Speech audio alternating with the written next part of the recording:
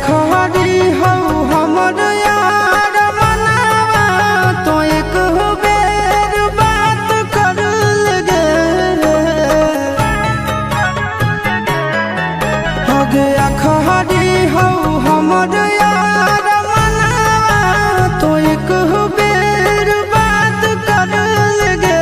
हगे सोना यारवा हो भरती पटनवा में आके मुलाकात कर लेगे आगे सुना यारवा हो भरती पटनवा में आके मुलाकात कर लेगे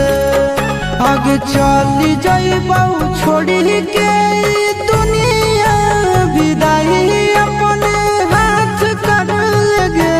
आगे सुना यारवा हो भरती पटनवा में आके मुलाकात कर लेगे आगे सुना यारवा हो भरती पटनवा में आके मुलाकात कर लेगे।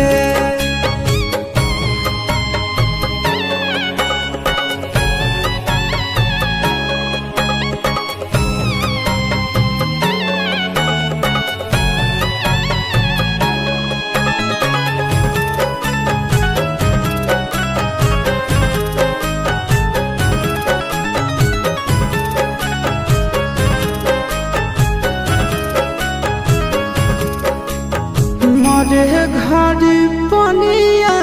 पिलाई दी है जान गे कफन ओढ़ाई दी है टूटत ही जब प्राण गे मरे घड़ी पनिया पिलाई दी है जान गे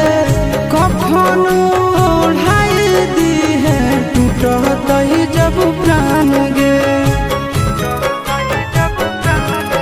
हगे हमारा से तोरा जाती प्यार होता भेंट साक्षात कर लगे हगे सोना यारवा हो भरती पटनवा में आके मुलाकात कर लेगे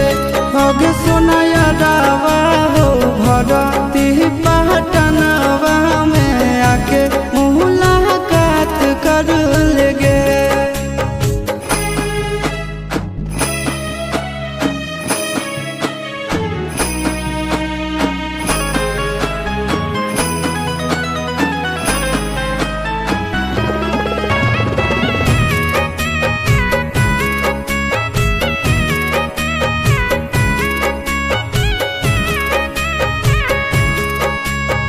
डॉक्टर जवाब दिल के बुलावा